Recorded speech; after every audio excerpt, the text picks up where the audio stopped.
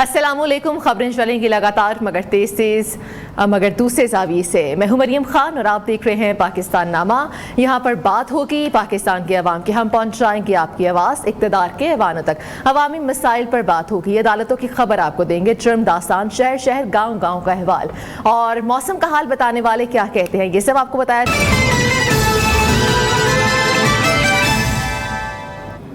مولانا طاہر اشرفی لاہور میں اس وقت news conference کر رہے ہیں. آپ کو براہ راست یہ چلتے ہیں. بہتر سے بہتر سہولیات دے سکیں, کیونکہ میں ابھی بھی سمجھتا ہوں بہت زیادہ گیپ تھا ہماری ریلیجس ٹورزم کے اندر. پاکستان سے جو لوگ جا رہے تھے وہ زیادہ تر ٹریول ایجنسیوں کے تھرو جا رہے تھے, اور وہاں پہ اتنے اچھے انتظامات نہیں ہوتے تھے. اب وہ کمپنیاں خود چل کے پاکستان آ گئیں. بالکل, تو یہ آپ کو بہت بڑا کریڈٹ جاتا ہے جی امین بھائی. اور مولانا صاحب, آپ کو ہمیشہ آپ ہر اچھے کام کی سرپرستی کر رہے ہوتے ہیں ماشاءاللہ جی. یہ آپ کی سرپرستی میں ہے. تو اللہ تعالیٰ میری دعا بھی ہے کہ اس کو کامیاب کرے, اور اس سے جو ہمارے پاکستانی حجاج بھی اور عمرہ کرنے والے بھی اور دیگر بھی جو زیارتوں میں جاتے ہیں ان کو اور سہولیات ملیں. پاکستان میں آئیں گے جی بالکل. اور پاکستان کے اندر بھی جس طرح انہوں نے کہا ہے بہت اچھی ریلیجس ٹورزم موجود ہے. ہمیں بھی چاہیے کہ ہم اس طرح کا ایک ایونٹ کریں جا کے کینیڈا میں, باقی جگہوں پہ جہاں پہ سکھ کمیونٹی موجود ہے اور پاکستان آنا چاہتی ہے. تو آپ کو بہت مبارک ہو جی اس ایونٹ کی. جو باہر سے آئے ہوئے مہمان ہیں میں ان کا بھی شکر گزار ہوں. البرکہ بینک والوں کا بھی جی, انہوں نے بھی بہت تعاون کیا اس سارے ایونٹ میں. تو آپ سب کا شکریہ جی. Thank you.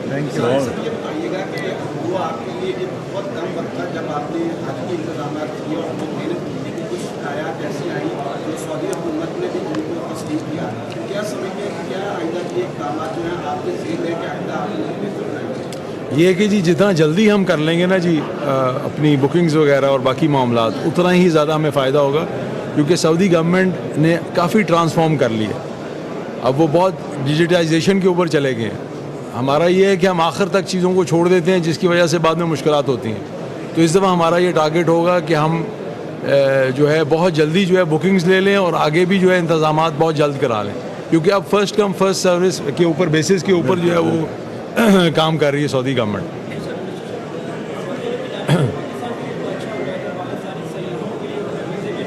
جی جی بالکل.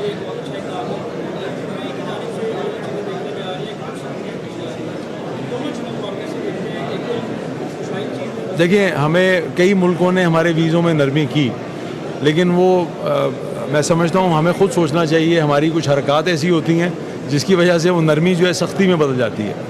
آپ دیکھیں جتنے بھی انہوں نے گینگز پکڑے ہیں وہاں پہ بیکاریوں کے UAE میں, اس کی وجہ سے وہ کافی خفا ہیں. جو ڈرگ سمگلنگ ہوتی ہے اس کی وجہ سے بھی وہ ناراض ہیں. اس وجہ سے ہمیں چاہیے کہ ہم یہاں پہ پاکستان میں ایسے اقدامات کریں کہ وہ لوگ یہاں سے جا ہی نہ سکیں جو اس مقصد کے لیے جا رہے ہوں, اور جینون جو لوگ جا رہے ہیں ان کو موقع ملے. میں ایک اور بات حج کے حوالے سے کہنا چاہتا ہوں. پاکستان نامہ کا باقاعدہ آغاز کرتے ہوئے بات کرتے ہیں آج کی سب سے بڑی خبروں کے حوالے سے, اور آپ کو بتائیں گے کہ پاکستان نامہ کا حصہ بنائیں گے کون سی خبروں کو.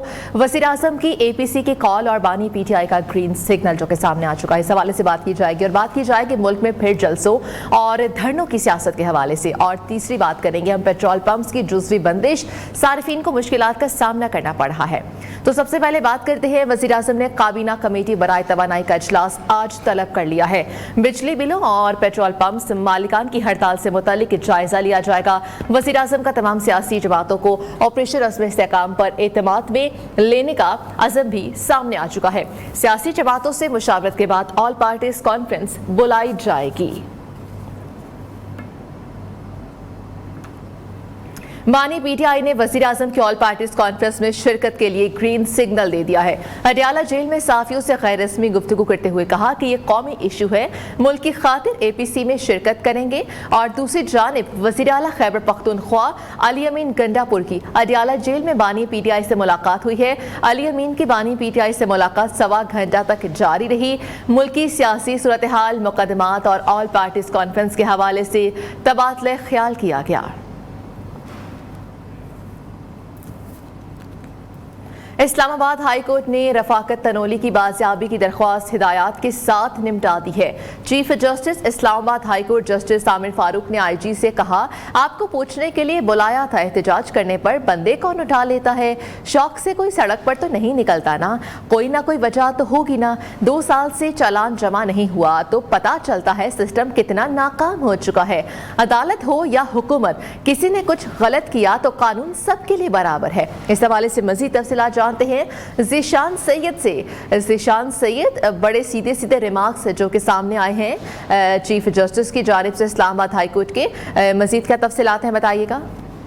جی بالکل، یہ قاری سرکار میں مداخلت کا مقدمہ درج کیا گیا ہے رفاقت تنولی پر، اور آج ان کی بازیابی کے لیے درخواست تھی جو کہ آئی جی اسلام آباد ہائی کورٹ کے حکم پر پیش ہوئے، اور عدالت نے خاصی برہمی کا اظہار کیا کیونکہ یہ معاملہ 2022 کا معاملہ ہے جہاں پہ رفاقت تنولی کے بیٹے شکیل تنولی کو لاہور ہائی کورٹ کے ایک سابق جج جو کہ اب سپریم کورٹ کے جج ہے، ان کی گھر کی کوئی خاتون نے سرکاری گاڑی سے ٹکر مار کے ان کو جو ہے وہ جان بحق ہوئے تھے، اور اس پر آج تک مقدمہ درج نہیں ہوا۔ اسلام آباد ہائی کورٹ نے بھی احکامات جاری کر دیے تھے، اور آج جب یہ مقدمہ آج درج نہیں ہوا اور پھر رفاقت تنولی کی گرفتاری کا معاملہ سامنے آیا تو اس پہ چیف جسٹس نے ریمارک دی کہ قانون ہو یا جج ہو، آپ کو اگر 2 سال میں آپ نے چالان جمع نہیں کیا تو پھر بندے نے باہر ہی نکلنا ہے، پھر یہی آواز اٹھانا ہے، اور اگر کسی نے احتجاج کیا تو کیا وہ دہشت گرد ہے جو ان کو احتجاج کا حق نہیں ہے؟ آئینی طور پر احتجاج کا حق ہے، تاہم عدالت نے درخواست کو پہلے ڈیسائیڈ کیا کہ ہم اس کو نمٹا دیتے ہیں۔ لیکن بہت شکریہ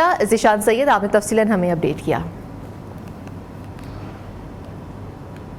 وفاقی حکومت نے محرم کے دوران سوشل میڈیا کی بندش کی درخواست مسترد کر دی ہے۔ ذرائع وزارت داخلہ کے مطابق صوبوں کی جانب سے محرم الحرام کے کچھ ایام میں سوشل میڈیا کی بندش کی سفارش کی گئی تھی جسے وفاقی حکومت نے مسترد کر دیا ہے۔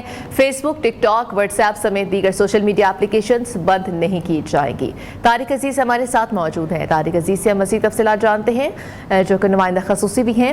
طارق عزیز، بتائے گا وفاقی حکومت کی جانب سے اب کیا فیصلہ کیا گیا؟ محرم الحرام کے دوران سوشل میڈیا کی بندش کی درخواست دی گئی تھی، اس کو مسترد کر دیا گیا، آپ کے پاس کیا تفصیلات ہیں؟ جی بالکل، آپ نے درست کہا کہ وزیر اعظم وفاقی حکومت کو صوبوں کی طرف سے 5 سے 11 محرم تک 6 دنوں کے لیے پابندی کی درخواست کی گئی تھی۔ 6 دن جو ہے سوشل میڈیا بند کیا جائے، اس کے اوپر بین کیا جائے، تاہم وفاقی حکومت نے وفاقی وزارت داخلہ نے اس بات کو مسترد کر دیا ہے۔ انہوں نے کہا کہ اس قسم کی کوئی پابندی نہیں ہوگی۔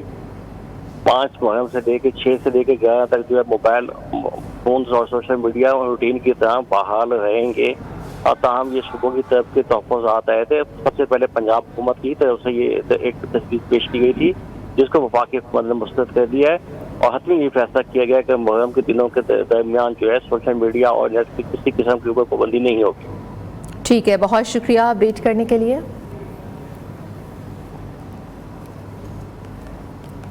ملک میں ایک بار پھر جلسوں اور دھرنوں کی سیاست۔ پاکستان تحریک انصاف اور تحریک تحفظ آئین پاکستان کی جانب سے کل ہفتے کے روز اسلام آباد میں ترنول کے مقام پر جلسہ کیا جا رہا ہے۔ انتظامیہ کی جانب سے باقاعدہ طور پر NOC جاری کیا گیا ہے۔ جلسے سے PTI اور تحریک تحفظ آئین پاکستان کے عقائدین خطاب کریں گے۔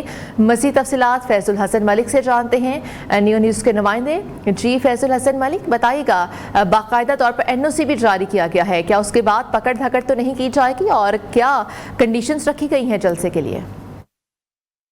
جی بالکل، کل 6 جولائی کو پاکستان تحریک انصاف اور تحریک تحفظ آئین پاکستان کی جو کہ تحریک ہے اس کے تحت جو ہے پاکستان تحریک انصاف جو ہے جلسہ کرنے جا رہی ہے اسلام آباد میں ترنول کے مقام پر۔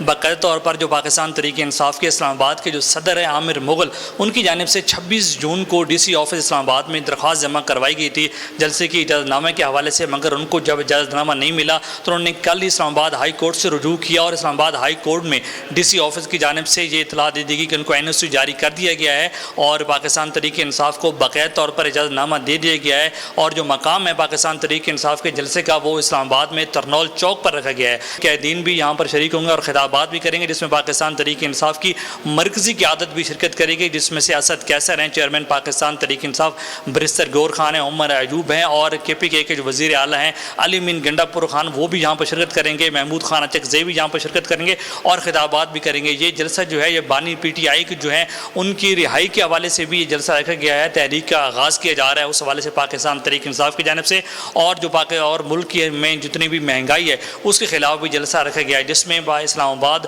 اور راولپنڈی کی شہریوں کے علاوہ گرد نواح کے علاقے جو ہیں وہاں پر بھی لوگ شرکت کریں گے, اور جلسے کے جو انتظامات ہیں اس کا جائزہ لیا جا رہا ہے, اور آج سے جو ہے تیاری شروع کی جا رہی ہیں.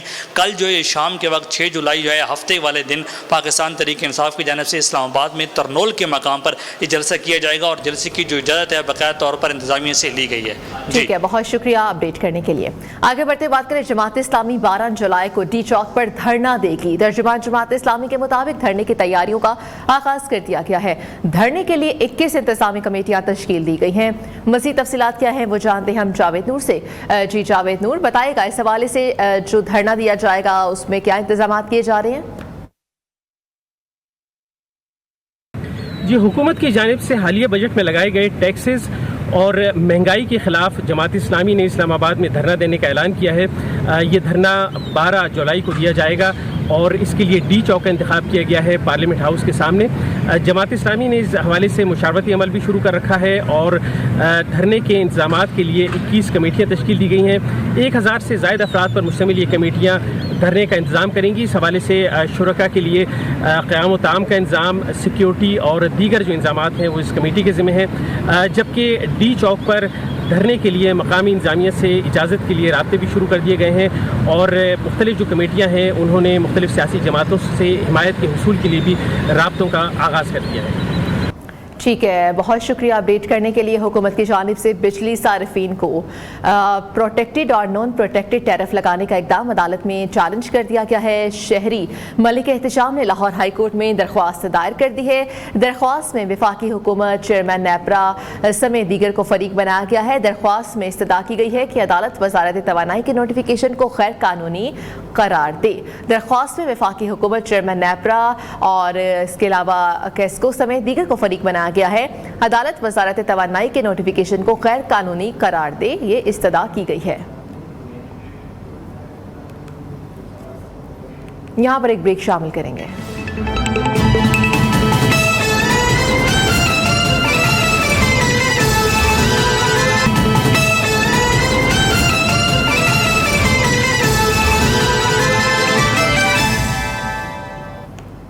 پیٹرولیم ڈیلرز ایسوسی ایشن کے کال پر ملک بھر میں آج جزوی ہڑتال. کراچی میں زیادہ تر پیٹرول پمپس بند ہیں. شہر قائد کی عوام کو شدید مشکلات کا سامنا. لاہور, فیصل آباد سمیت پنجاب کے زیادہ تر شہروں میں پیٹرول پمپس کھلے ہیں. کوئٹہ اور پشاور میں بھی ہڑتال ناکام. پیٹرولیم ڈیلرز ایسوسی ایشن کی ہڑتال جاری. ہڑتال کا دورانیہ بڑھانے سمیت آئندہ کے لاہے عمل کی تیاری اور اعلان کے لیے ہنگامی اجلاس آج شام کو ہوگا. چیئرمین ڈیلرز ایسوسی ایشن عبدالسمیع خان نے کہا کہ حکومت اور انتظامیہ کی جانب سے کوئی مذاکرات نہیں ہوئے ہیں. شہر میں ڈیلرز کے پمپس بند ہیں, صرف کمپنی آپریٹڈ یا کمپنیوں کے اپنے ڈیلرز کے پمپ کھلے ہیں. تو اس حوالے سے پیٹرولیم ڈیلرز ایسوسی ایشن کی ہڑتال جاری ہے. اس حوالے سے مزید تفصیلات جانتے ہیں. کاشف منیر ہمارے ساتھ موجود ہیں. کاشف منیر, بتائے گا کون کون سے پیٹرول پمپس کھلے ہیں اور کون کون سے بند ہیں؟ کیا 2 دھڑوں میں تقسیم ہو چکے ہیں یہ مالکان؟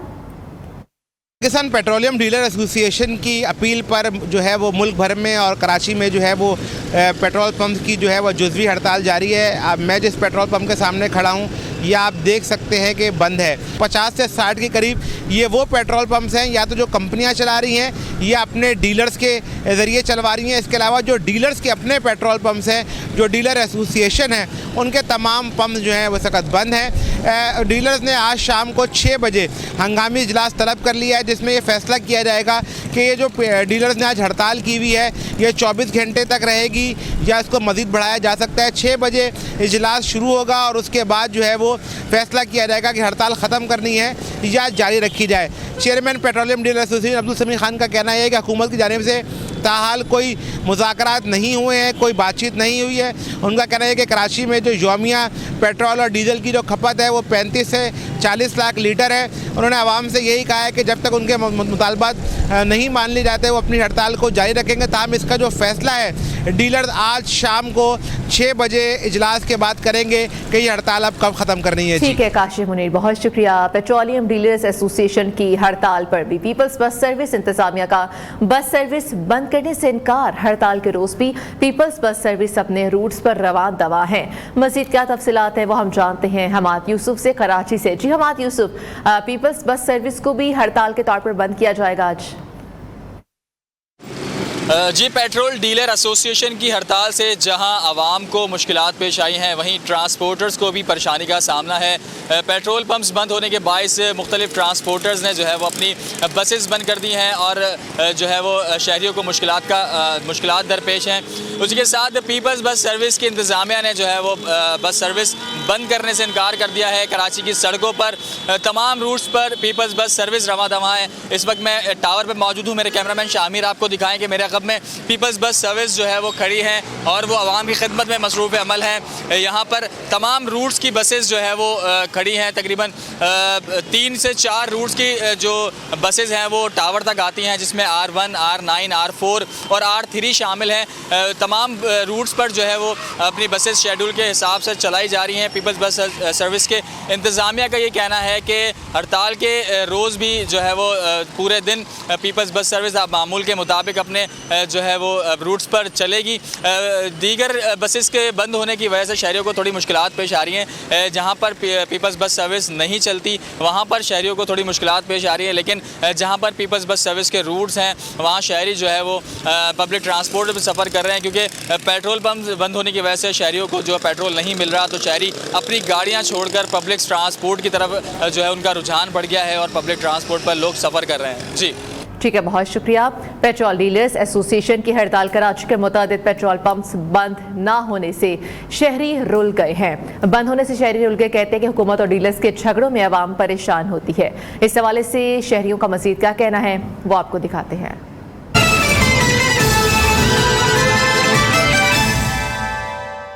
عوام پریشان ہے. اب جو ڈیلی ڈلوانے والے بیچارے وہ تو رل گئے نا. اب جس کا ختم ہو گیا PSO نہیں پڑا تو وہ تو خوار ہو جائے گا. تو جس کے پاس پیسے ہیں وہ فل کروا لے گا. یہ تو بہت مطلب غلط چل رہا ہے، ایسا ہونا نہیں چاہیے یار. ابھی کسی کے پاس پیٹرول نہیں ہے، پیٹرول پمپ دور ہے، وہ کیا کرے گا؟ ایک تو یار پہلے ذلیل ہے، اوپر سے اور کر رہی ہیں. اچھی بات تو نہیں ہے یار. پیٹرول پمپ پر ہی کھڑے ہوئے جب سے لائنیں لگی ہوئی لمبی لمبی. کیا کریں، عوام کو جو پریشانی ہو رہی ہے اور کچھ نہیں ہو رہا. کل شارع فیصل پہ سارے پیٹرول پمپ بند ہیں. کوئی ایمرجنسی ہو جائے شارع فیصل پہ کوئی جائے، پیٹرول پمپ بھی بند ہے. کیا کرے بندہ، عوام کیا کرے گی؟ پیٹرول مل جائے صحیح ہے، گیس بند ہو تو عوام پریشان. صحیح ہے، چیزیں مہنگی ہو عوام پریشان، بجلی مہنگی ہو تو عوام پریشان. پیٹرول نہیں مل رہا اب عوام پریشان. کہاں جائیں بھائی، کیا کریں، کیا کھلائیں؟ ابھی 800 روپے کا پیٹرول ڈلوائے، 1 روپیہ ابھی تک نہیں کمایا. کہاں دھکے کھا کے ہم پی رہے ہیں. 3-4 جگہ گھوم کے آ چکا ہوں، کئی بار بھی پیٹرول نہیں مل رہا. پریشان عوام ہو رہی ہے، حکومت تھوڑی ہو رہی پریشان.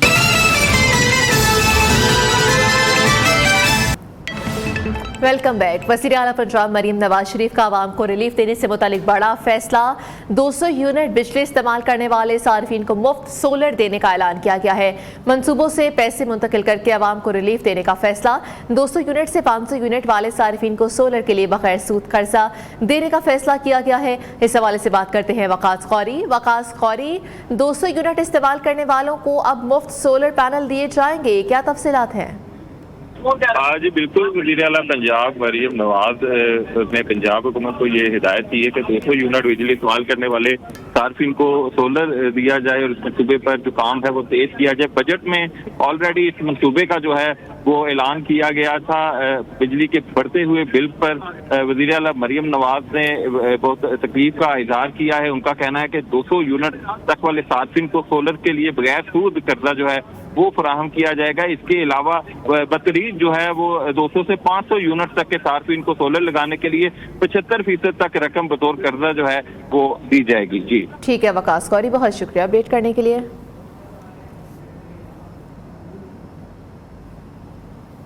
وفاقی وزیر اطلاعات و نشریات عطا تارڑ اس وقت نیوز کانفرنس کر رہے ہیں.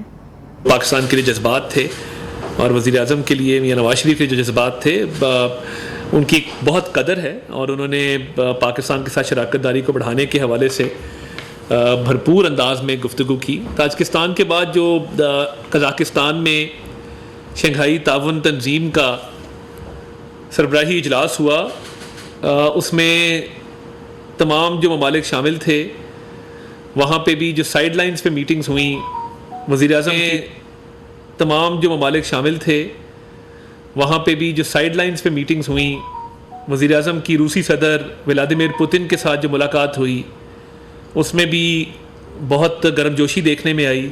بڑے ایک اچھے ماحول میں اور بڑے پرتپاک طریقے سے وہ میٹنگ کنڈکٹ ہوئی, اور اس میں باقاعدہ طور پہ یہ بات سامنے آئی کہ دونوں ممالک کے درمیان تجارت کو بڑھانے کی ضرورت ہے, اور بہت سارے ایریاز ہیں جس میں ایگریکلچر ہے, جس میں مائننگ ہے, جس میں پیٹروکیمیکلز کا سیکٹر ہے. بہت سارے شعبے ایسے ہیں جس میں تعاون کو اور شراکت داری کو مزید بڑھایا جائے گا, اور مجھے لگتا ہے کہ آنے والے دنوں میں وفود کا ایکسچینج بھی جو ہے وہ سامنے آئے گا, اور آپ دیکھیں گے کہ رشیا اور پاکستان کی بھی جو ہے وہ ٹریڈ آپس میں بڑھے گی. تو وہ بھی ایک بڑی سودمند میٹنگ تھی, اور جو ٹرائیلیٹرل سہ فریقی مذاکرات ہوئے جس میں ترکی, پاکستان اور آذربائیجان شریک ہوئے, اس میں بھی اسٹریٹجک لیول پہ بہت سارے معاملات پہ گفتگو بھی ہوئی, علاقائی امن کے لیے, علاقائی استحکام کے لیے. اور 3 ایسے ممالک کے درمیان یہ گفتگو تھی جو 3 مختلف خطوں سے, 3 مختلف بر اعظموں سے تعلق رکھتے ہیں, اور اس کی بڑی اہمیت ہے اس میٹنگ کی. اور میں سمجھتا ہوں کہ وزیر اعظم نے بھرپور طریقے سے جو ہے پاکستان کی نمائندگی کی, اور بیلاروس کے صدر سے ملاقات ہو, وہ ازبیکستان کے صدر سے ملاقات ہو, تو پاکستان کے پورٹس کے حوالے سے, ریل لنک, روڈ لنک کے حوالے سے, تجارت کے حوالے سے, کاروباری طبقات کو سہولیات دینے کے حوالے سے, اور ریل لنک, روڈ لنک کے ذریعے وسطی ایشیا کو پاکستان سے منسلک کرنے کے حوالے سے بڑی ہی تفصیلی گفتگو ہوئی, بڑی سودمند گفتگو ہوئی, اور اس کے اثرات آپ دیکھیں گے آنے والے دنوں میں اس کے بڑے مثبت نتائج مرتب ہوں گے. اور پاکستان کی ایک جو اکنامک سچویشن ہے اس میں بہتری میں یہ تمام مذاکرات اپنا کردار ادا کریں گے. پاکستان کی جو اسٹریٹجک لوکیشن ہے, اور اللہ تعالیٰ نے ہمیں پورٹ سے نوازا ہے, اور بہت سارے ممالک اس سے مستفید بھی ہونا چاہتے ہیں, تو اس حوالے سے میں سمجھتا ہوں کہ یہ ایک سنگ میل ہے یہ دورہ. اور ان تمام مذاکرات کے نتیجے میں آپ دیکھیں گے کہ بہت سارے وفود جو ہیں وہ پاکستان آئیں گے. اگلے چند روز میں بھی ہفتہ ایک میں ایک اور وفد پاکستان آ رہا ہے, وہ وقت آنے پہ اس پر بھی تفصیلی بات ہوگی.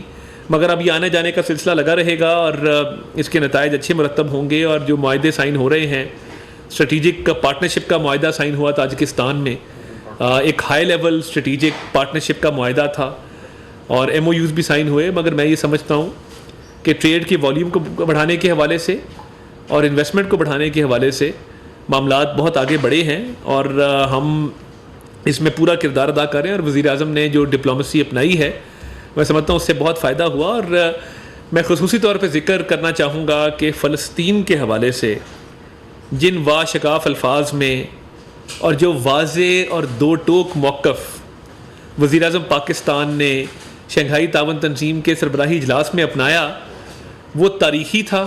اس سے پہلے کبھی بھی فلسطین کے کاز پہ اس سے کلیئر بات نہیں ہوئی, کسی نے نہیں کی. اور وزیر اعظم نے جب یہ کہا کہ اسرائیل جو ہے وہ نہ صرف فلسطینیوں کی نہتے اور مظلوم فلسطینیوں کی نسل کشی کر رہا ہے, بے گناہ فلسطینیوں کی نسل کشی کر رہا ہے, بلکہ جنگی جرائم کا مرتکب ہو رہا ہے.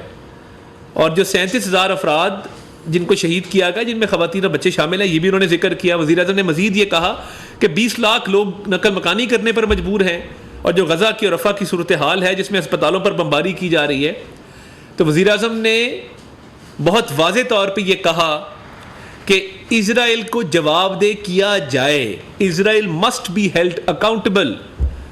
تو میں سمجھتا ہوں کہ یہ پاکستان کا جو اسرائیل کے حوالے سے اور فلسطین کی سچویشن پہ موقف ہے, اور انہوں نے یہ کہا کہ 1967 سے پہلے کی جو باؤنڈری ہے اس کے تحت آزاد فلسطینی ریاست کو ہم تسلیم کرتے ہیں, اور اس کا قیام ضروری ہے جس کا دارالحکومت جو ہے وہ القدس ہو. القدس کو کیپٹل بنایا جائے فلسطین کا.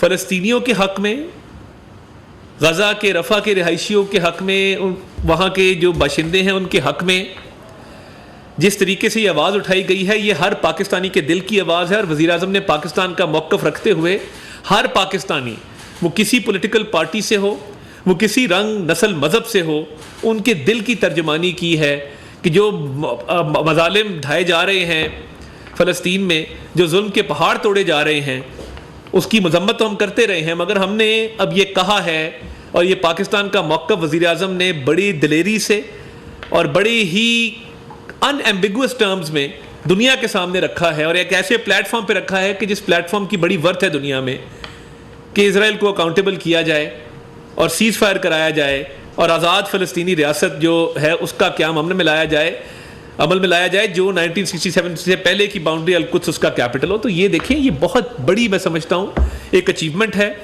اسلاموفوبیا کے حوالے سے بھی بات ہوئی ہے، دہشت گردی، اور دیکھیے افغانستان کے حوالے سے بات ہوئی کہ ایک پرامن اور مستحکم افغانستان جو ہے وہ پاکستان کے حق میں ہے، اس پورے خطے کے حق میں ہے، اور اس میں بھی تمام ممالک اپنا کردار ادا کریں گے. تو ایک بہت کامیاب دورہ، جس دورے سے انشاءاللہ تعالیٰ پاکستان کو آنے والے وقتوں میں بہت فائدہ بھی ملے گا، اور علاقائی امن کے لیے، علاقائی استحکام کے لیے، اور سارے ممالک کے جو اس خطے میں ہیں ان تمام ممالک کے لوگوں کے لیے بھی اس میں خوشخبریاں ہیں. تو میں یہ سمجھتا ہوں کہ آنے والے دنوں میں جو وفود آئیں گے ان سے بھی جو ہے وہ جو بات چیت ہوگی اور معاملات آگے بڑھیں گے، اور جو معاہدے سائن ہوئے ہیں ان پہ جب عمل درآمد شروع ہوگا تو پاکستان کی معیشت میں مزید بہتری آئے گی. اور آج وزیر اعظم نے ایک اور اجلاس لیا، میں سمجھتا تھا ضروری کہ آپ سے بات کی جائے کہ جس طریقے سے ایف بی آر کی ڈیجیٹائزیشن کی گئی ہے. اب یہ بڑا ایک غور طلب معاملہ ہے کہ وزیر اعظم پاکستان نے حکومت پاکستان کا 1 روپیہ خرچ نہیں ہونے دیا اور ایف بی آر کی ڈیجیٹائزیشن شروع ہو گئی ہے. مکینزی کارپوریشن جو دنیا کی بہترین ایک کنسلٹنسی فرم ہے اس کو شارٹ لسٹ کیا گیا اور اس کو ملنڈا گیٹس فاؤنڈیشن کے ذریعے، اور ملنڈا گیٹس فاؤنڈیشن نے اس کے اخراجات برداشت کیے ہیں، اس کی ڈیجیٹائزیشن شروع ہو گئی. اور یہ وزیر اعظم کی اپنی کاوش تھی، اور آج وزیر اعظم کو بتایا گیا کہ ڈیجیٹائزیشن کے نفاذ کے دوران یہ بات سامنے آئی ہے کہ 45 لاکھ افراد جو ہیں ان کی نشاندہی کی ہے جو ٹیکس دینے کی استعداد رکھتے ہیں مگر ٹیکس نہیں دے رہے. ایسے نان فائلرز جو ٹیکس دینے کی استعداد رکھتے ہیں اور گوشوارے جمع نہیں کراتے، ان کو فوری طور پہ ٹیکس نیٹ میں لایا جائے. ہوتا کیا ہے، یہ وہ لوگ ہیں جو ٹیکس دینے کی سخت رکھتے ہیں، ٹیکس دے نہیں رہے، نان فائلرز ہیں. اب ان کا بوجھ وہ لوگ برداشت کرتے ہیں جو ٹیکس ادا کر رہے ہیں. تو یہ ضروری ہے کہ ان کو ٹیکس نیٹ میں لایا جائے تاکہ ان پہ بوجھ کم ہو جو ٹیکس ادا کر رہے ہیں. تو یہ فائلرز کے حوالے سے بات ہوئی، اور وزیر اعظم نے کہا کہ جو کسٹم اپریزرز ہیں پورٹس کے اوپر، ان کا سوابدیدی اختیار فی الفور ختم کیا جائے. ان کے پاس کوئی ڈسکریشن نہیں ہونی چاہیے. یہ ڈیجیٹل سسٹم ہونا چاہیے جو تعین کرے کہ کس چیز پہ کیا ڈیوٹی لگنی ہے، کیا نہیں لگنی. اس حوالے سے آئندہ 24 گھنٹوں میں انہوں نے کہا ہے کہ ان تمام اقدامات کا نفاذ کیا جائے اور اس پہ ایک رپورٹ جو ہے وہ وزیر اعظم کو پیش کی جائے. حکومتی اقدامات جو گزشتہ چند ہفتوں میں ہوئے ہیں، 3 لاکھ سے زائد نئے ٹیکس دہندگان نے اپنے گوشوارے جمع کرائے ہیں. تو 3 لاکھ افراد جو نئے ہیں وہ ٹیکس نیٹ کے اندر آئے ہیں حکومتی اقدامات کی وجہ سے. تو یہ ریونیو پہ، ریونیو ریزنگ پہ، ریونیو کو بڑھانے پہ بہت فوکس رہا ہے وزیر اعظم صاحب کا. اور دیکھیے کہ گزشتہ 2 ہفتوں کے دوران انڈر انوائسنگ، جو جعلی سیلز ٹیکس کے ریفنڈ کرنے والے لوگ ہیں، کمپنیاں ہیں، 4000 کی نشاندہی کی گئی ہے. اور یہ میں سمجھتا ہوں کہ یہ انڈر انوائسنگ جو ہے یہ بہت بڑا جرم ہے، اور اس کا پھر فی الفور جو ہے سیدھے باب وزیر اعظم صاحب نے کیا ہے کہ ان کے ریفنڈ روکے جائیں جو یہ 4000 کمپنیاں انڈر انوائسنگ کر رہی ہیں اور سیلز ٹیکس کے ریفنڈ جو ہیں وہ کلیم کر رہی ہیں. ٹیکس چوری میں جو ملوث افراد ہیں ان کے ساتھ ساتھ جو ہے وہ افسران اور اہلکاروں کی بھی، جو پچھلے دنوں آپ نے دیکھا کہ 37 جو ہے افسران کی ٹرانسفر ہوئی اور ان کو کرپشن کے چارجز پہ، بدعنوانی کے چارجز پہ OSD بنایا گیا. اس پہ آج علی پرویز ملک صاحب نے بھی بات کی. کل FBR کی بھی پریس ریلیز آئی تھی. FBR کے یہ افسران کسٹم سروس سے اور انکم ٹیکس IRS سروس سے تعلق رکھتے تھے. پہلے بھی آپ کو یاد ہوگا کہ 21-22 اسکیل کے بھی افسران کو جو ہے وہ OSD بنایا گیا تھا، ان کے خلاف تعدیبی کارروائی کی گئی تھی. اب کسٹمز کے اور IRS کے افسران کو OSD بنایا گیا ہے، ان کو رپورٹ کرنے کا کہا گیا ہے اپنے متعلقہ محکموں میں. اور یہ انٹیلیجنس کی رپورٹس تھیں, محکمانہ رپورٹس تھیں, جن کی بنیاد پہ یہ قدم اٹھایا گیا ہے. وزیر اعظم صاحب نے اچھے افسران کو بلا کے, آپ کو یاد ہوگا چند مہینے پہلے ان کو ایوارڈ سے بھی نوازا تھا, کیش پرائز بھی دیے تھے کہ جو اچھے افسران ہیں وہ ہمارے سروں کا تاج ہیں, مگر جو بدعنوان اور کرپٹ عناصر ہیں ان کے خلاف ایکشن لیا جائے گا. اور وزیر اعظم صاحب نے پہلے دن قوم سے خطاب میں کہا تھا کہ میں ان کی پریڈ کراؤں گا. تو یہ جو سلسلہ جاری ہے جس میں افسران کو OST بنایا جا رہا ہے, یہ انٹیلیجنس رپورٹس کی بیس پہ کیا جا رہا ہے, یہ تمام کارروائی جو ہے یہ ان بنیادوں پہ کی جا رہی ہے کہ محکمے کی جو رپورٹس ہیں ان کو جو ہے وہ اس کی بنیاد بنایا جا رہا ہے. اور اس میں بھرپور توجہ ہے کہ ڈیجیٹائزیشن بھی کی جائے, بدعنوان عناصر کے خلاف کارروائی بھی کی جائے. اور میں سمجھتا ہوں کہ یہ جو ڈیجیٹائزیشن ہے اس سے آنے والے دنوں میں کئی 100 ارب روپے کا فائدہ معیشت کو ہوگا. اور یہ وہ چیزیں جس کا IMF سے کوئی تعلق نہیں ہے, یہ وہ چیزیں ہیں جو وزیر اعظم نے اپنی ترجیحات میں بیان کی تھی کہ اس کو ہم کریں گے. اور تیزی سے FBR کا محکمہ جو ہماری پرائمری ٹیکس کلیکشن اتھارٹی ہے وہ ڈیجیٹائزیشن کی طرف بڑھ رہا ہے. اور آپ دیکھ سکتے ہیں کہ دیکھیں روپیہ کا مستحکم ہونا, مستحکم رہنا, آپ کی زر مبادلہ کے ذخائر کا بڑھنا, تجارتی خسارے کا کم ہونا, IT ایکسپورٹس کا بڑھنا, یہ تمام چیزیں جو ہیں یہ ایک استحکام والی معیشت اور مستحکم معیشت کی طرف نشاندہی کرتے ہیں. اور میں یہ سمجھتا ہوں کہ بجٹ کے حوالے سے جو اقدامات لیے گئے ہیں جس میں منیمم ویج کو بڑھایا گیا ہے, اور دیکھیے ایک بڑی مسکنسیپشن ہے کہ جی 35% ٹیکس لگ گیا, جی جو لاکھوں روپے تنخواہ والے لوگ ہیں, وہ 35% نہیں ہے, وہ 35% کا 10% ہے جو جب ادا کیا جائے تو وہ 3% پہ آتا ہے. تو اس مسکنسیپشن کو سوشل میڈیا پہ بڑی خبر پھیلائی گئی کہ جی 35% ٹیکس لگ گیا. 35% ٹیکس تو موجود تھا, اس 35% کے اوپر جو سرچارج لگا ہے 10% کا وہ اوور آل 10% نہیں ہے, وہ اس 35% کا 10% ہے جو 3% بنتا ہے. میں کلیئرٹی کے ساتھ یہ بات بیان کرنا چاہتا ہوں. اور دیکھیے یہ جو شور مچایا جا رہا ہے, 1 لاکھ روپے تنخواہ والے کو صرف 1200 روپے اضافی لگائے ہیں, یعنی جس کی 1 لاکھ روپیہ تنخواہ ہے اس کو 2400 روپے ٹیکس پڑ رہا ہے. اب جس کی 10 لاکھ 20 لاکھ 30 لاکھ 40 لاکھ 1 کروڑ تنخواہ ہے, ان پہ obviously ایک ٹیکس کا لیول ہے, مگر اس پہ سرچارج جو 10% کا لگا ہے وہ 35% کا 10% ہے جس کو مس ریپرزینٹ کیا گیا. تو میں سمجھتا ہوں کہ بہت سارے اس میں نیوز پرنٹ پہ ہم نے ٹیکس نہیں لگنے دیا تاکہ ادارے جو ہیں میڈیا ورکرز کو, رپورٹرز کو تنخواہیں بر وقت اور اس پہ انکریمنٹ بھی ادا کریں. اس پہ میڈیا ایسوسیشن سے بھی ہماری بات ہوئی ہے, اور میں نے PBA APNS سے بار بار بات کی ہے کہ دیکھیں اب ٹیکس بھی جو ہے وہ نہیں لگا, اور اس حوالے سے آلریڈی حکومت اقدامات بھی کر رہی ہے کہ ڈیوز بھی کلیئر کیے گئے ہیں. تو میڈیا ورکرز اور صحافیوں کے لیے جو ہے وہ اپنا کردار PBA اور APNS ادا کرے. تو میں سمجھتا ہوں کہ جو فارن پالیسی ہے انتہائی کامیابی سے آگے چل رہی ہے, ہمارے ٹیکس کے سسٹم کو مؤثر بنایا جا رہا ہے, اور FBR کی ڈیجیٹائزیشن تیزی سے آگے بڑھی ہے. اور اس کے ساتھ ساتھ جو نجکاری ہے اس کا عمل بھی آپ دیکھیں گے کہ PIA کا اس میں بڑی تیزی سے پیش رفت ہوگی اگست کے مہینے میں, وہ بھی اس پہ بھی کام ہو رہا ہے, اخراجات کو بھی کم کیا جا رہا ہے. تو حکومت نے اور وزیر اعظم شہباز شریف نے پہلے دن جن ترجیحات کا اعلان کیا تھا ان پر عمل درآمد دیکھنے میں آ رہا ہے, اور اس سے انشاءاللہ تعالیٰ بہت بہتری آئے گی اور زندگیاں آسان ہوں گی. بہت شکریہ جی.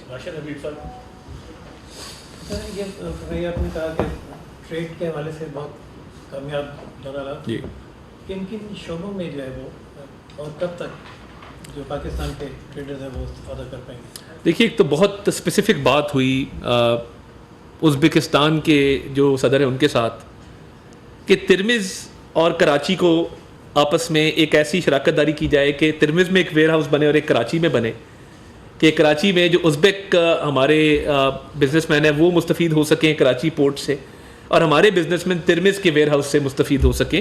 تو یہ ٹرانزٹ ٹریڈ کے سلسلے کے حوالے سے, اور آپ کو پتہ ہے کہ وسطی ایشیا کی اس میں بڑی دلچسپی ہے اور پاکستان کو وہ ایک اسٹریٹجکلی لوکیٹڈ ملک سمجھتے ہیں. تو اس میں وفود کا جو آنا ہے پاکستان, آپ دیکھیں گے اگلے چند ہفتوں میں اس پہ خاصی تیزی سے پیش رفت ہوگی, اور جن ایریاز میں بات ہوئی ہے اس میں ایگریکلچر بھی شامل ہے, اس میں مائننگ بھی شامل ہے, اس میں آپ کی پیٹرو کیمیکلز بھی شامل ہیں, اس میں دیگر شعبے شامل ہیں. بہت سارے ایسے ملک ہیں جو زرعی آلات بناتے ہیں, جو ٹریکٹرز بناتے ہیں, اس میں بھی شراکت داری ہو سکتی ہے. ان کی شراکت داری سے پاکستان میں پہلے ہی ٹریکٹرز بن رہے ہیں. ٹریکٹرز کی اس دفعہ ریکارڈ سیلز ہوئیں, آپ کے نوٹس میں ہے. تو مزید شراکت داری کی جا سکتی ہے کہ پاکستان سے ٹریکٹرز ایکسپورٹ کیے جائیں, زرعی آلات ایکسپورٹ کیے جائیں. تو اس پر بھی جو ہے وہ سائیڈ لائنز پہ جو ہے وہ بات چیت بھی چل رہی ہے اور کام بھی چل رہا ہے. جی برسا صاحب, اے پی سی کا کوئی شیڈول ہے؟ دیکھیے ہوتی ہے تو پی ٹی آئی کو آپ بدو کریں. دیکھیے میری کوشش تھی کہ ہیڈ لائن میں ایف بی آر ہی رہے, غیر ملکی دورہ ہی رہے, مگر طارق عزیز صاحب نے آج ہیڈ لائن چینج کرنی تھی. تو اے پی سی پہ بالکل مشاورت ہو رہی ہے, اتحادیوں کے ساتھ مشاورتی سلسلہ ہمارا جاری ہے, اور جیسے ہی فائنل ہوگی اور عزم استحکام کے حوالے سے جو ہے وہ اے پی سی بلانے پر مشاورت ہو رہی ہے. تو اس حوالے سے جیسے ہی کچھ فائنل ہوگا آپ کے سامنے لے آئیں گے. اتحادیوں سے جو ہماری بات چیت چل رہی ہے اس کا ایک دور ہوا ہے, اور میں سمجھتا ہوں آج بانی چیئرمین پی ٹی آئی کی بھی ایک اسٹیٹمنٹ اس حوالے سے آئی ہے. تو اللہ کرے وہ اس پہ قائم رہیں, اور یہ پورے ملک کا معاملہ ہے عزم استحکام کا, تو اس پہ تمام جو ہے پولیٹیکل پارٹیز کو آن بورڈ لیا جانا چاہیے, اور اس پہ پیش رفت جو ہے وہ کی جا رہی ہے, مشاورت ہو رہی ہے. جیسے ہی کچھ فائنل ہوگا اور مزید جماعتوں سے کوئی رابطے ہوں گے تو آپ کے سامنے یہ تمام چیزیں رکھ دی جائیں گی. جی بالکل جی, تمام سیاسی جماعتیں جب ہم بات کرتے ہیں, مشاورت ابھی جاری ہے اے پی سی بلانے کے حوالے سے. میں دوبارہ واضح کرتا ہوں, اے پی سی بلانے کے حوالے سے مشاورت جاری ہے, اور تمام سیاسی جماعتوں کو اس میں بلایا جائے گا. آل پارٹیز کانفرنس کا مطلب یہ ہوتا ہے کہ آل یعنی تمام پولیٹیکل پارٹیز. تو مزید جب معلومات آئیں گی ہم آپ کے سامنے رکھ دیں گے. تو باقی ہمارا جو فوکس ہے ایف بی آر کے اوپر, ڈیجیٹائزیشن کے اوپر, جو غیر ملکی دوروں کے اوپر, بھرپور حکومت اس پہ کام کر رہی ہے. اے پی سی کے حوالے سے کوئی معلومات ہوں گی, بیکاز بڑا اضطراب پایا جا رہا تھا ہمارے رپورٹرز کے اندر بھی, ہمارے لکھاریوں کے اندر بھی, اور مجھے سب سے زیادہ کوئریز اس حوالے سے آ رہی تھیں. تو میں آپ کو یہ بتا سکتا ہوں کہ اس پہ مشاورت جاری ہے, اور کچھ پارٹیوں سے مشاورت ہوئی ہے. تو تمام پارٹیز کو اس میں انشاءاللہ تعالیٰ شریک ہونا چاہیے. جب یہ فائنل ہو جائے گا تو آپ کے سامنے لے آئیں گے. اے پی سی بلانے کے حوالے سے مشاورت کا جو ہے وہ آغاز کر دیا گیا ہے. طاہر صاحب, جیسا کہ آپ نے کہا کہ رشین پریزیڈنٹ سے بھی وزیر اعظم صاحب کی گفتگو ہوئی ہے بہت سے معاملات پہ. اس سے پہلے بھی پاکستان نے رشیا سے جو ہے وہ تیل کے حوالے سے کیا تھا کہ 20 سے 30% جو ہے وہ سستا مارکیٹ سے جو ہے تیل ملے گا, لیکن اس کے ثمرات بھی جو ہے عوام تک نہیں پہنچے. تو کیا یہ تمام چیزیں جو ابھی ان کے ساتھ طے ہوئی ہیں, جو مزید طے ہونی ہے, جیسا کہ وزیر اعظم صاحب نے دعوت بھی دی ہے ان کو پاکستان آنے کی, تو کیا اس میں اگر امریکن جو ہے وہ اس پہ کرٹیسائز کریں گے پاکستان کو, اور ایک جماعت جو ہے وہ بھی ہر اس پہ کرتی ہے, وہ بھی اس میں اپنا رول ادا کریں گے, تو اس کے حوالے سے آپ کیا کہیں گے؟ دیکھیں, وزیر اعظم نے بڑے واضح الفاظ میں یہ کہا کہ ہمارے جو تعلقات ہیں وہ اس کا انحصار کسی اور چیز پہ نہیں ہے. ہم تمام ممالک سے اچھے تعلقات چاہتے ہیں, اور پاکستان چاہتا ہے کہ تمام ممالک کے حوالے سے جو ہے وہ اچھے تعلقات برقرار رہیں, اور ہماری جو علاقائی روابط ہیں, تعلقات ہیں, جو ہمارے مشترکہ چیزیں ہیں, وہ آپس میں ہم بڑا ہمارا کلوز لنک ہے. تو پچھلی دفعہ بھی جو تیل آیا تھا اس سے کافی بہتری آئی تھی, اور روس کے ساتھ بارٹر سسٹم پہ بھی بات ہوئی کہ بارٹر ٹریڈ شروع کی جائے. ماضی میں بھی بارٹر ٹریڈ روس کے ساتھ ہماری رہی ہے, اور بارٹر ٹریڈ کی جا سکتی ہے. اور میں نے بڑا صدر پوتن کو بڑا فورتھ کمنگ دیکھا, وہ اس چیز پہ تیار تھے کہ چیزوں کو تیزی سے آگے بڑھایا جائے. تو انشاءاللہ تعالیٰ اب جس طرح ہم تمام ممالک کے ساتھ اچھے تعلقات چاہتے ہیں, تو ہم چاہتے ہیں کہ ہمارے انفرادی تعلقات ہیں, اور اس میں کوئی حرج نہیں ہے, اور کسی کو میرا خیال ہے کوئی حرج نہیں ہوگا. یہ تعلقات جو ہیں یہ کسی اور چیز پہ کا انحصار نہیں ہوتا کہ ایک ملک سے تعلقات اچھے تو دوسرے سے خراب ہوں. یہ قطعاً ایسی بات نہیں ہے. کامیاب فارن پالیسی کا مطلب یہ ہے کہ آپ کے تمام ممالک سے جو ہیں وہ اچھے تعلقات ہوں. ایک تو یہ کہ آپ نے کہا کہ حکومت کی انیشیٹو دے رہی, اور ایک بات پھر بجلی کے بنیادی ٹیرف میں 7% کا اضافہ کیا گیا, جو کہ اگین ایک بام شیل ہے عوام کے اوپر. ایک تو یہ دوسرا آپ نے کہا کہ عزم استحکام کے اوپر, جو کہ ایک فارمر سینیٹر کو بھی اس دن مارا گیا. جی بڑا افسوسناک ہے جی ہدایت اللہ صاحب والا معاملہ. تو یہ جو آپریشن ضرب عزب میں قربانیاں دی گئی تھی, اور ایک حد تک سیکورٹی فورسز نے آپریشن میں کامیابی حاصل کی تھی, اور پھر کچھ لوگوں کی پالیسیز کی وجہ سے ایک سیاسی جماعت اور کچھ ملٹری کے آفیشل کی وجہ سے دوبارہ جو ہے ہزاروں کی تعداد میں طالبان پاکستان آئے.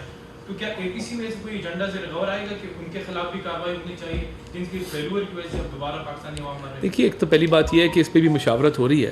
کچھ چیز فائنل ہوگی. میں قبل از وقت نہ کوئی ایسی بات کرنا چاہتا ہوں, نہ کیا سرائی کرنا چاہتا ہوں. میں چاہتا ہوں کہ ایک دفعہ جب فائنل ہو جائے تو پھر آپ کے سامنے بات رکھ دیں گے. مگر یہ بڑا افسوس ہے ہدایت اللہ صاحب شہید ہوئے، باجوڑ میں ایک حملہ ہوا، تو اس میں ہمیں بڑا دکھ ہے، بڑا رنج ہے. وزیر اعظم صاحب نے بھی بڑے گہرے رنج اور دکھ کا اظہار کیا، اور ہم چاہتے ہیں کہ یہ معاملات جو ہیں یہ کسی طرف لگنے چاہیے. اور دیکھیے دہشت گردی ختم ہوگی، دہا پسندی ختم ہوگی تو پاکستان میں استحکام جو ہے مکمل طور پہ آئے گا.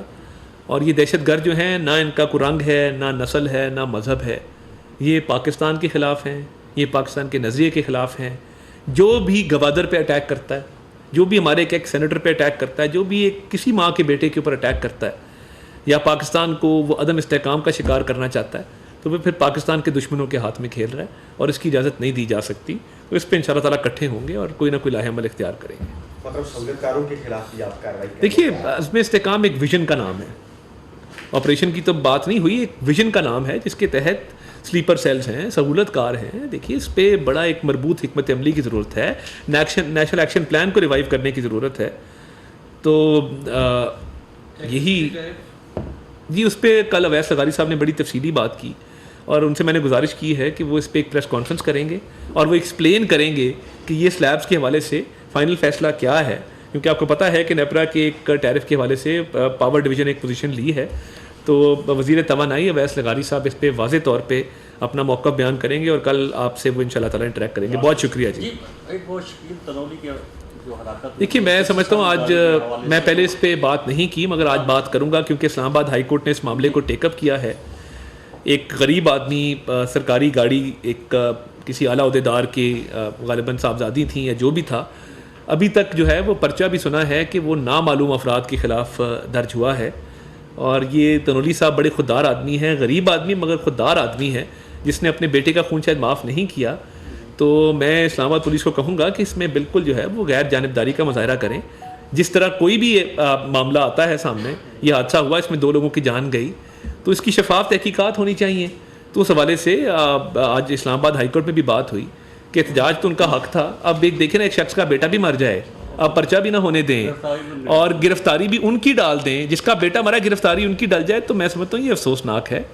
اور اس کی شفاف تحقیقات جو ہیں وہ ضرور ہونی چاہیے، اور اس میں پولیس کو بالکل غیر جانبدار ہو کے ایک طرف ہو کے اس میں کردار ادا کرنا چاہیے. کسی کے بیٹے کی جان گئی ہے اور اس نے بالکل مالی معاونت سے انکار کیا ہے کہ میں کوئی پیسے وصول نہیں کروں گا، اپنے بیٹے کا خون معاف نہیں کروں گا، تو پھر پرچے میں نام کیوں نہیں آتا؟ جب جن کی بات ہو رہی ہے انہوں نے ایک پریس کانفرنس کی کہ میں قیامت والے دن اللہ تعالیٰ کو جواب دینا ہے، نہ میں کسی سے ڈرتا ہوں، نہ میں دنیا میں کسی کو جواب دہ ہوں، میں نے اللہ تعالیٰ کے سامنے پیش ہونا ہے، جو اعلیٰ عہدیدار جن کی میں بات کر رہا ہوں. تو کیا ہی اچھا ہوتا کہ اس میں بھی اللہ تعالیٰ کا خوف سامنے رکھتے، اور اللہ تعالیٰ کا خوف سامنے رکھتے ہوئے کہتے کہ جی میری صاحبزادی سے غلطی ہے، سرکاری گاڑی چلانا اس کو الاؤڈ نہیں تھا اور چلائی ہے. تو یہ اس پہ اس کی دیکھیں، یہ میں صرف اس لیے دوبارہ دہرا دوں، بات اس لیے کر رہا ہوں کہ آج اسلام آباد ہائی کورٹ نے اس معاملے کو اٹھایا ہے. جو بھی ہے اس میں انصاف ہونا چاہیے.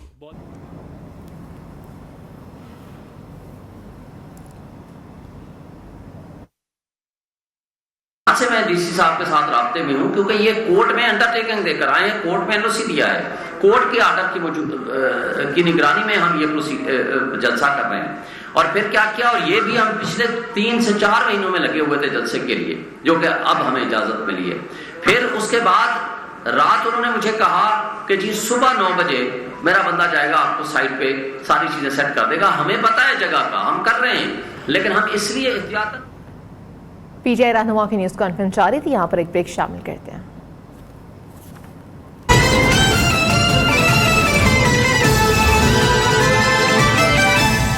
Welcome back. سندھ کے سینئر شرجیل انعام میمن کی ہدایات پر منشیات کی روک تھام کے لیے بڑا اقدام. کراچی کے داخلی راستوں پر محکمہ ایکسائز کی چیک پوسٹیں قائم کرنے کا سلسلہ شروع ہو گیا ہے.